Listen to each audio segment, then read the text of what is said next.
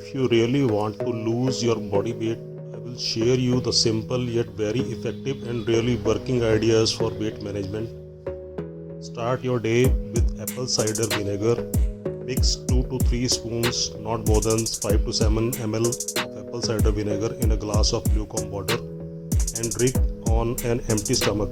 It will burn your fat very fast. Next is eating salad made with carrots, onions, tomatoes, raw vegetables, with boiled and steamed vegetables, and also with grilled vegetables. The best way to eat salad is to simply fine chop raw vegetables and add salt or lemon as per your taste. Next is cooking vegetables with less oil or zero oil. You can find less oil or zero oil cooking recipes in our upcoming videos. Next one is fruits. Fruits contain vitamins, antioxidants, and less calories.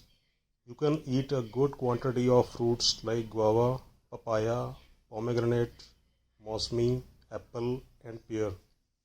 You should avoid high calorie fruits, that is banana, mango, chiku, and grapes. It will help in your body weight management. And the last one is fresh juices. You can drink fresh juices without adding sugar. It will be better if you consume homemade juices of various fruits.